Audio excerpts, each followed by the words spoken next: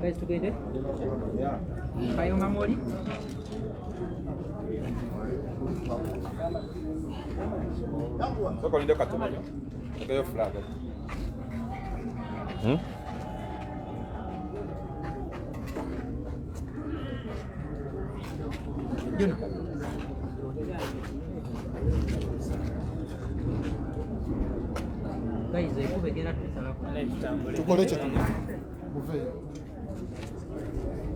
Okay.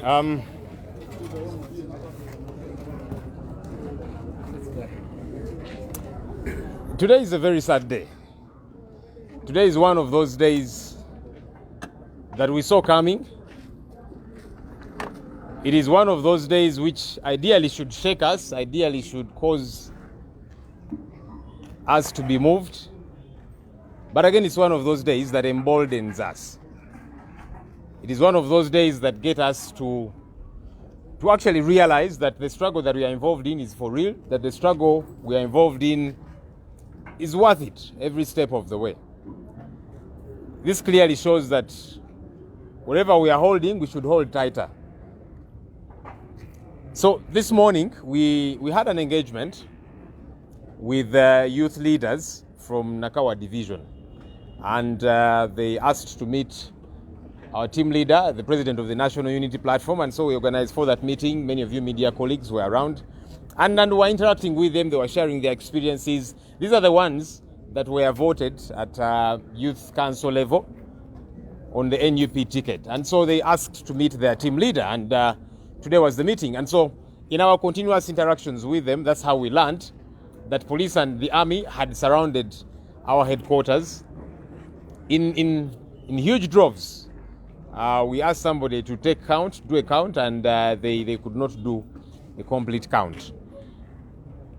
We anyhow continued with our activity because we are a party, we are a registered party, and so party activities should be able to continue. So the party president meeting leaders within the party is not an offense, it's not a crime. When you go to the NRM secretariat, work is ongoing and leaders are meeting different people, those that are grieved, through their primaries and all of that. And so our party activities were ongoing.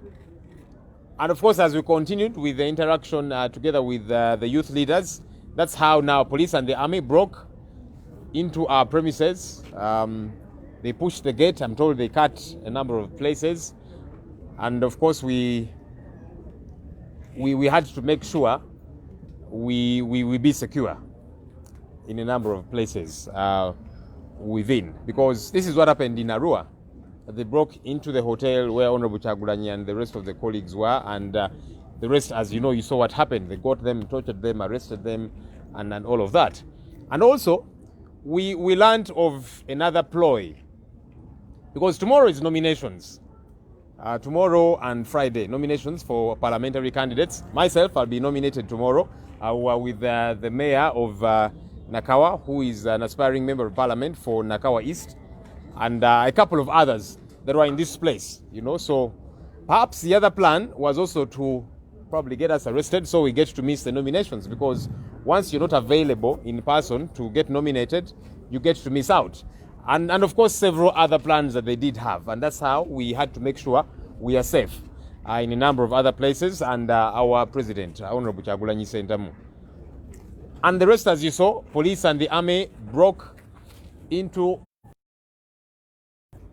They have taken paraphernalia, that is red berets, T-shirts. They have taken documents. So many documents. We are still trying to establish exactly. They also broke into Honorable Chagulanyi's office, which had many sensitive documents. We were preparing to take his signatures that we have collected from different parts of the country to the Electoral Commission on Friday. And many of those documents are now missing. We are yet to hear from police why they did this, why they had to raid our place, take our paraphernalia, but most importantly, take documents, very critical documents, because nominations are coming up. Some of our MP aspirants have brought their documents to be signed. All of those have been taken. And like I've said, also, majority of the signatures that had come in for Honorable Chagulanyi Sentamu that were locked up somewhere in his office. All of those have been taken. You saw the police truck that was brought, and they put all those documents and taken them there. We don't know if those documents are under arrest. We don't know if police now has become... These documents are supposed to be taken to the Electoral Commission. These signatures are supposed to be taken to the Electoral Commission to verify. So we don't know whether police is saying that now they are doing the work of the Electoral Commission to look at these documents, to verify and all of that. We are yet to hear from them what the motive behind this was. As far as we are concerned, like I've said, we are a political party, properly registered, operating within the law. And whenever security has called on us, whenever the Electoral Commission has called on us for interactions as a registered party, we have gone and interfaced with them because we like to be law-abiding. We want change that happens within the law. We don't like to be like Mr. Museveni and the others who picked up guns, went to the bush, shed blood, and that's how they took power. We want to be different, and that's our quest. That's our intention. But clearly, the state continues to push us to the wall. And like I've said, it's not very surprising the things that they're doing because they're in absolute fear. Absolute fear. They began by dismissing us and saying Changulanyi, the Senyonyis, and the rest of you, People Power, NUP, those are young fellows, they don't know what they're up to. Ugandans know what they want. And for us, we quietly continued to do what we had to do. And with time, they have actually realized that Ugandans are interested in change. They are very hungry for change. But they also love the person of Honorable Kyagulanyi Ssentamu. They love People Power. They have embraced it, and they have embraced NUP. And they're desirous for change. Now, any government, any regime, especially a dictatorial one like the one we have here, would obviously have to be scared. So it's not surprising the things that they do. Take our documents, cause intimidation and all of that. That shows that they are in fear. If they were not afraid of us, as People Power, as NUP, obviously they would have no business coming here and doing all the things that they are doing, breaking into our offices, taking documents. They would have no reason to do that.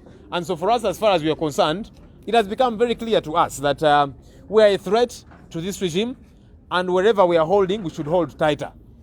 And as we try and make a very good assessment of what has happened, what they have taken, and as we wait to hear from police, our call to Ugandans out there is be stronger.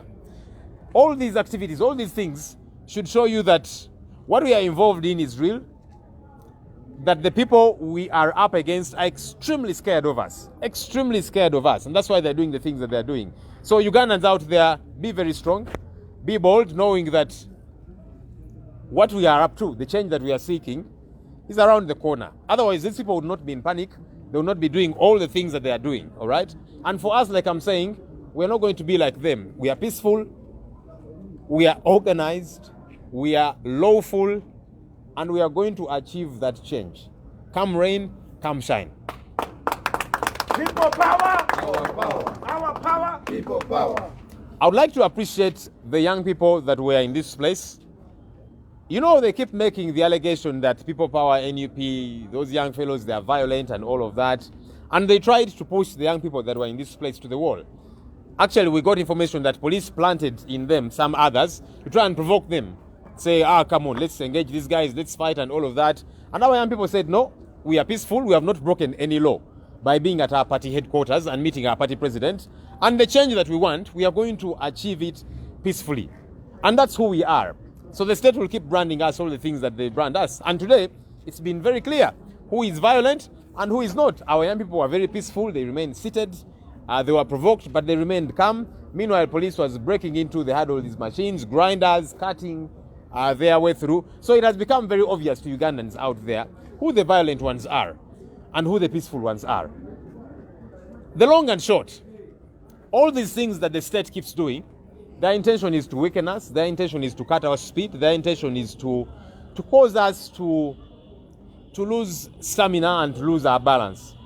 Unfortunately for them, all these things that they are doing are only emboldening us, they are strengthening our resolve, they are causing us to become a lot more brave and a lot more courageous about what we are doing. And they will do whatever they have to do. But like somebody once said, nothing can stop an idea whose time has come. Nothing, and I repeat, nothing can stop an idea whose time has come. The time for Uganda is change. Ugandans are saying they have had enough of the 35-year rule of Mr. Museveni and the other Bushmen that he took power with. Ugandans are saying you have been around, you have done what you have been able to do, you have caused as much mess as you have been able to do. It's time for change. And while the regime will keep clutching on straws to try and frustrate that change, I want to repeat to them that nothing can stop an idea whose time has come. Saddam Hussein did this and a lot more. Omar Bashir in Sudan did this and a lot more. Muammar Gaddafi of Libya did these things and a lot more. But today they are all history. So our message to President Yoweri Kaguta Museveni, the outgoing president of Uganda: you will do all these things and a lot more. But our resolve is strong. And like we are saying, nothing can stop an idea whose time has come. It's time for change. And that change is going to happen. Luckily for us, like I'm saying, we are different from you. We are not going to shed blood. We are not going to kill people to take power. No, we are peaceful. We are law-abiding. And we are also civil. We are civilized. We are not like the Bushmen. We are going to achieve this change peacefully. So let's be strong Ugandans. Let's be resolute. Let's be emboldened. Let's be stronger than ever before. These things here should not weaken us. They should not weaken our resolve. They should not shake us. They should, if anything, cause us to become stronger and push for change a lot more. That if our parents have not been able to witness a transition, a peaceful transition, our children should be able to see that. And so it's your responsibility, it's my responsibility to make sure that that change gets to happen. Uganda.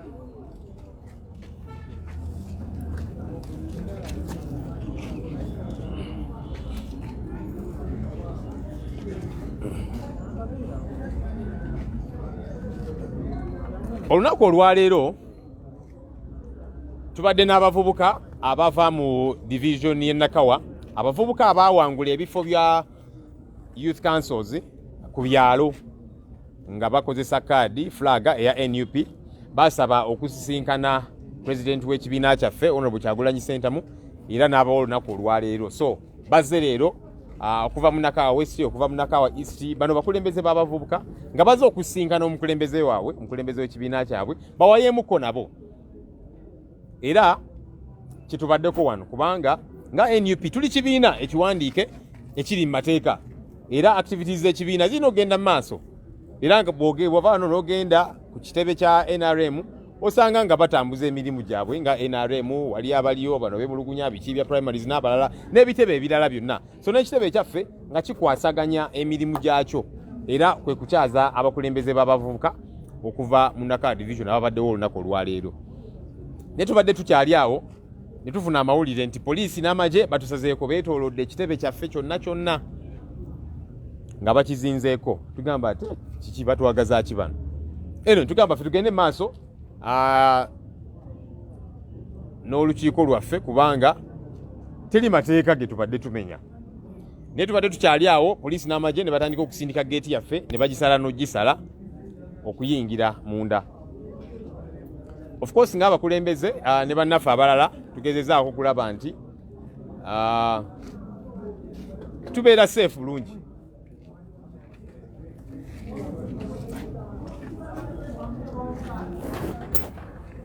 So nga mbadde ngamba nti ng'abakulembeze bwe twajjukira of course ebyali mu Arua, poliisi n'amagye byasalako woteeri Honorable Kyagulanyi Ssentamu gye yalimu, ne bamenya ebisenge byonna ne babajjamu ne bawakuba yasindika ne bamukuba amasasi nga tulina okwekengera.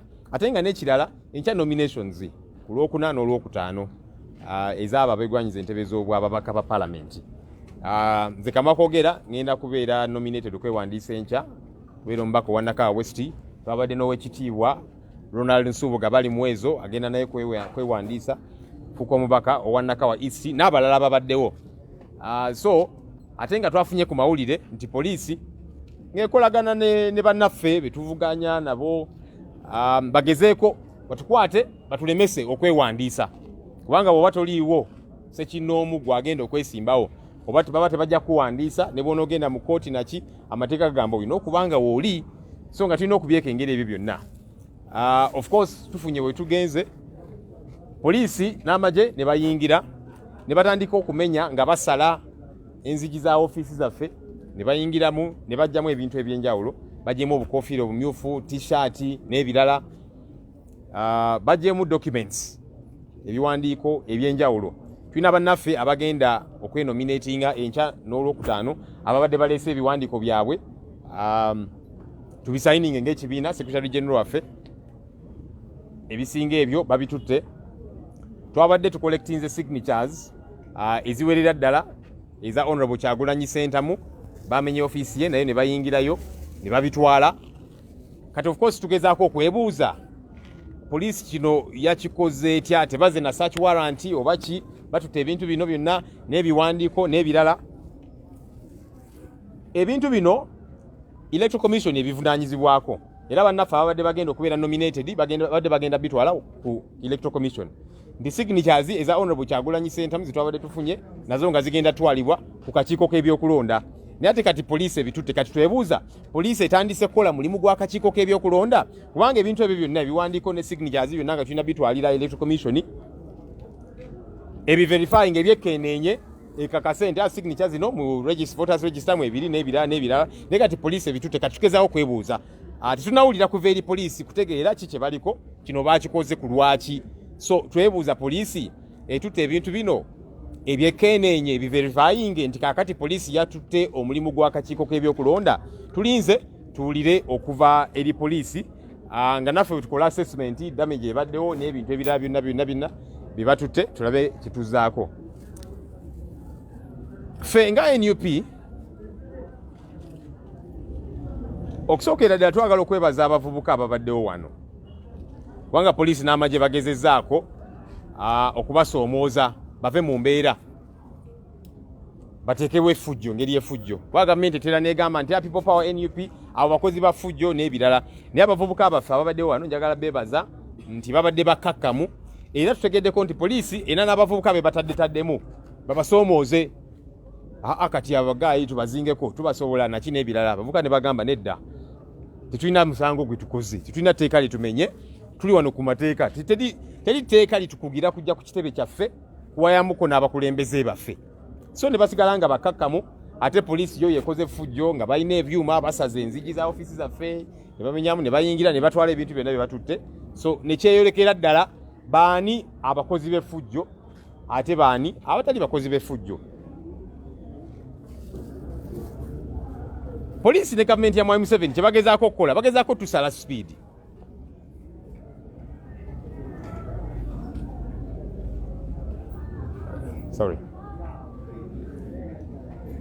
Poliisi ne gavumenti ya Mwai Museveni bagezaako otusala speed, bagezaako tuserebya bino byebakola byonna bagezaako tutiisatiisa. Naye ate kati bino byebakola ffe tubakakasa nti bitwongedde bwongezi maanyi, bitwongedde buvumu. Oba babadde basuubira nti bajja bikola batutiisetiise kaakati tutandika okwekengera enkyukakyuka gye tugoba tugiveeko tubagamba nti ebyo byonna bye bakola balinga abasiba ensaano ku mazzi. Kati tweyongedde buvumu kubanga ekitegeeza nti awali ekinyusi wennyini we tukutte tunywereze ddala. Bajja gezaako okutiisatiisa bannayuganda beegwanyiza enkyukakyuka. Omanyi gye twatandikira eyo nga bagamba Kyagulanyi Senyonyi mwena people power ne NUP abavubuka bato bye bakola tebabimanyi. Kwegamba nga balinga abatunyooma. Ffe tugamba tewali buzibu ne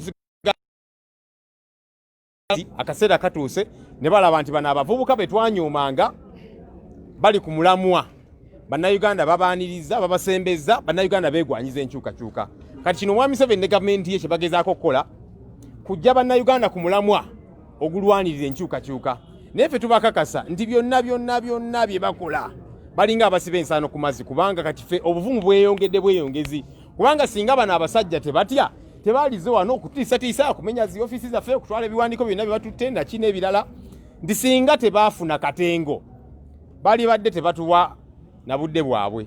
Naye kati bino bye batandise okukola bannayuganda mu kitegeere bano ate batidde kubanga balaba tubatwala, balaba enkyukakyuka esembedde, bala nti abavubuka be basooka okunyooma ate kati bali ku mulamu ogw'enkyukakyuka ate bannayuganda nabo babeegasseeko. So fomulanga gwe tukubira bannayuganda bali eyo bannaye tweyongere okubeera n'obuvumu.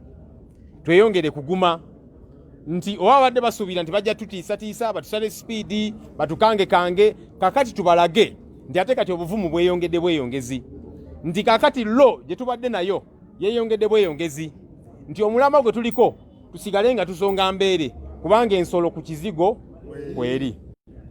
Mwebale nnyo, mwebale eddala. Yes, please. Anji?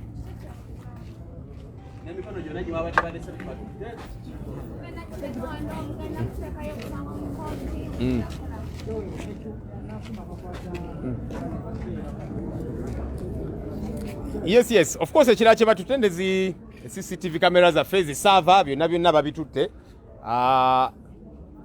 Ffe ng'ekibiina tulinze tuwulire poliisi kikyegamba kubanga tebaze na search warrant. Singa baze ne search warrant yali badde eraga nti tuze okusaakinga kino nakiri naye baze buzi ne batandika okumenya ne batwala bye batutte. So tulinze tulabe oba poliisi enaafulumya kiwandiiko oba enaakoleeta etutegeeze kino kye bakoze bakikoze ku lwaki. Ebiwandiiko byonna bye batutte era tukyakola assessment ne signatures ze batutte. Ffe mwattu bannayuganda abasayininga ebintu bino gye bali bakyaliyo nti poliisi ne bwesalawo nti bagenda kubyokya bagenda bikozesa ki ffe tetutidde. Bannayuganda abazze batwagala abazze batulaga okwagala bakyaliyo nti ne signatures n'ebiwandiiko byonna bye batutte. Of course tugenda kwatagana ne balooya baffe tulabe kiki tuzaako naye ffe twagala obbakakasa kuba bayinza n'okwetoloola ate kati emisango biki bino byonna bye tulina tubikutenga ekizibiti. Meanwhile akakiiko k'ebyokulonda signatures za Honorable Kyagulanyi Ssentamu bazirinze nga bo tebajja kwagala kuwulira nti ate kati poliisi ebirina naki naye ffe tubakakasa nti byonna bye bakola balinga abasiba ensaano ku mazzi. Bannayuganda abasayininze empapula ezo poliisi zeetutte bakyaliyo era bajja kuddamu basayininge. Mwami Museveni ne gavumenti yo kibalumire ddala nga bannayuganda babalaga nti bwe munaakola mutya bo bakyaliyo era enkyukakyuka bakyajagala. So tugenda kukwatagana ne balooya baffe batubuulire ki ekiddako tugenda kukwasaganya tutya kubanga tetugenda kukkiriza bumenyi bw'amateeka butambule nga bugenda mu maaso.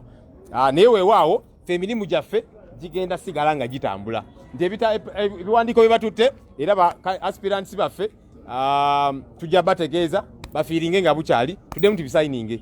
Bannayuganda abadde basayininze foomu ezinominating Honorable Kyagulanyi Ssentamu bagenda kuddamu babisayininge. So bye bakola byonna nga bwe mbagambye balinga abasiba ensaano ku mazzi. Bagezaako okulemesa ba aspirants baffe okubeera nominated okuyingira parliament. Bagezaako okulemesa Honorable Kyagulanyi Ssentamu okubeera nominated okwewandiisa afuuke president wa Uganda. Kyobudola abatwala ebiwandiiko byaffe ne signature nakino ebirala naye byonna bye bakola balinga abasiba ensaano ku mazzi. Tujja kukola butaweera weewaawo akadde kaggwayo naye tugenda kukola speed tubalage nti enkyukakyuka tukyajagala. So what we are going to do, we had actually in total all the signatures that majority of them had come through.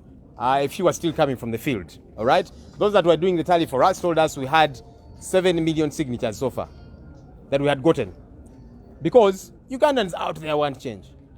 They are hungry for change. All right. Did I say that? So we are making an assessment. So everything that was here pretty much has been taken, and we are still doing a very quick assessment.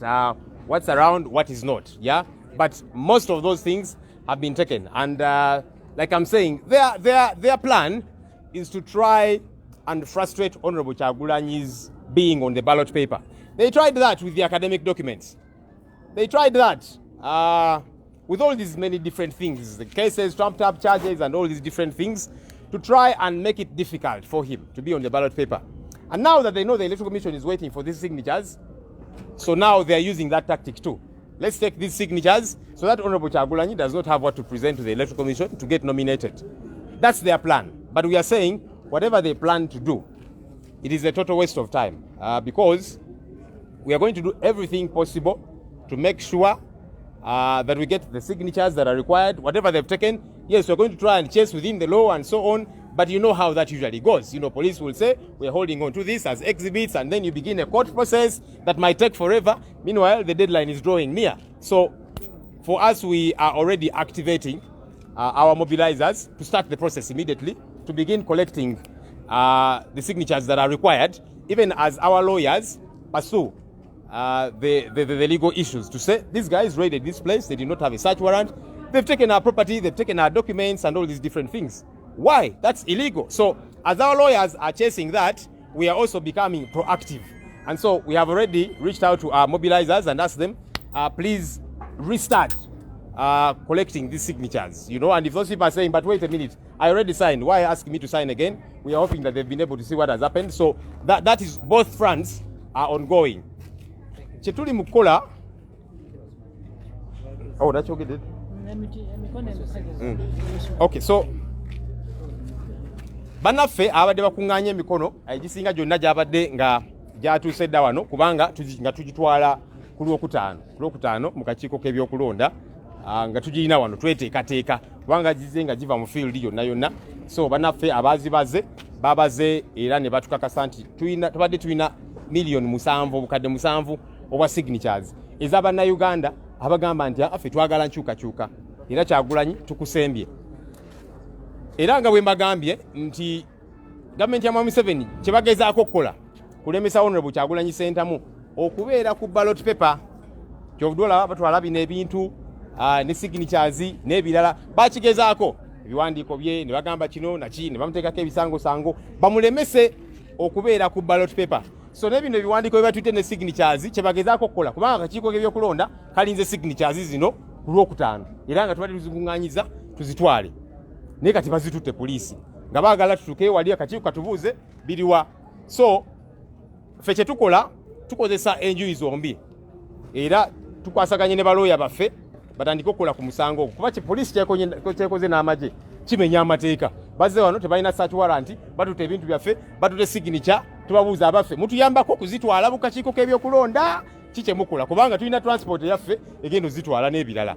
Okay, so balooya baffe nga followingako ekyo bannaffe abali mu field abanoonya signature tubagambe bannaye kakati ate muddemu speed mutandika okufuna signatures endala ziri bwe baziremera tube nga tulina zitusobola otwala mu kakiiko okuwandiisa Honorable Kyagulanyi Ssentamu.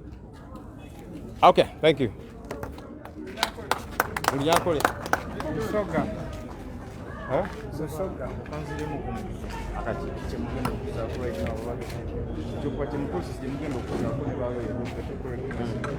So what we're doing, since they've taken all these documents and so on, we are using a two-pronged approach. Yeah, our lawyers have now quickly begun following up this issue because police came without a search warrant and they took all these different things. They raised paraphernalia, they took documents and signatures that had come through because we were going to present this to the Electoral Commission on Friday, but they've taken all these different things. And so we are wondering, have they now become... Yes, our dear viewer, we are so glad that you've been following us all the way from the start of this situation.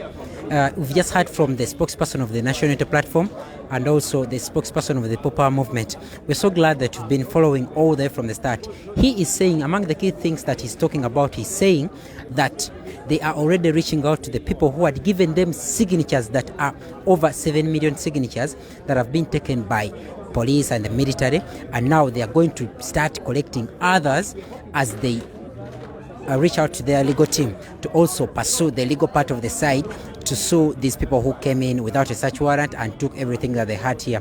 Today, this invasion, we might call it an invasion or an attack on the political party that is legally registered, as the spokesperson says, is uncalled for according to the party administration.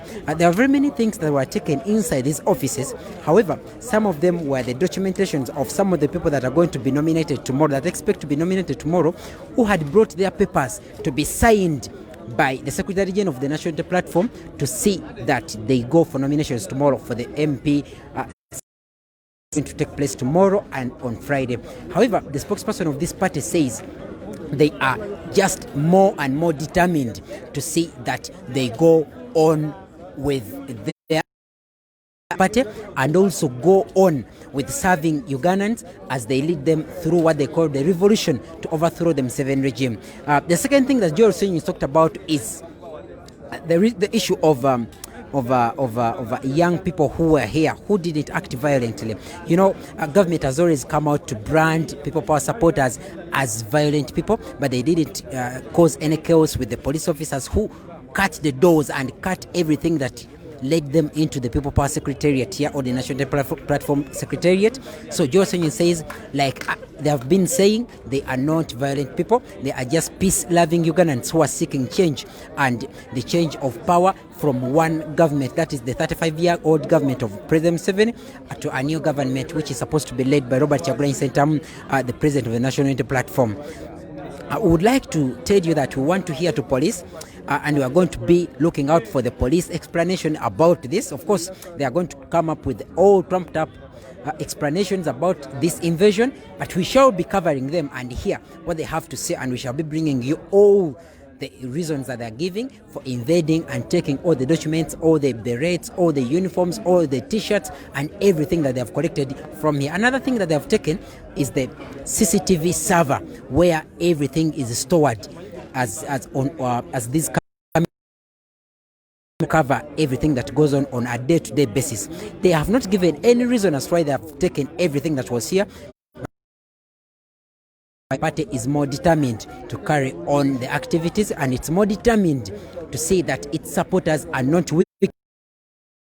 This is a tactic to weaken them and slow them down as they take things like signatures for the presidency, signatures for the MPs, and all those documentations that they have taken. Yeah, we would like to say we're signing out today. Right now we're signing out, but anything can come up, and we shall be coming back to serve you and also present you everything. I thank my brother Jonan that has been on the set also all the way from the start. My brother Richard Kalema and others who have been serving you right from the start. And we say we are broadcasting everything that comes up. Stay tuned to Ghetto TV. We love you. I'm Ashraf Saifullah Kasiria.